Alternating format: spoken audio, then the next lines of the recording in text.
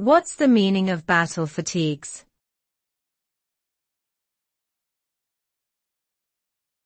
Battle fatigues.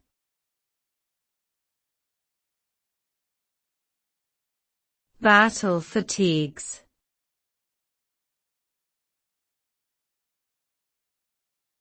Battle fatigues.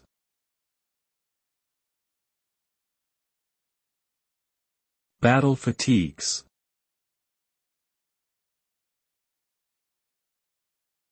Battle fatigues is a term that refers to the clothing and equipment worn by soldiers during combat operations.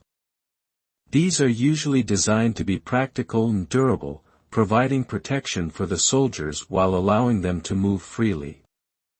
The term can also be used more broadly to describe the physical and mental weariness that soldiers experience after prolonged periods of combat. This can include exhaustion from extended missions, exposure to extreme weather conditions, and the stress of being in life-threatening situations. Ultimately, battle fatigue is a reminder of the physical and emotional toll that military service can take on individuals and their families.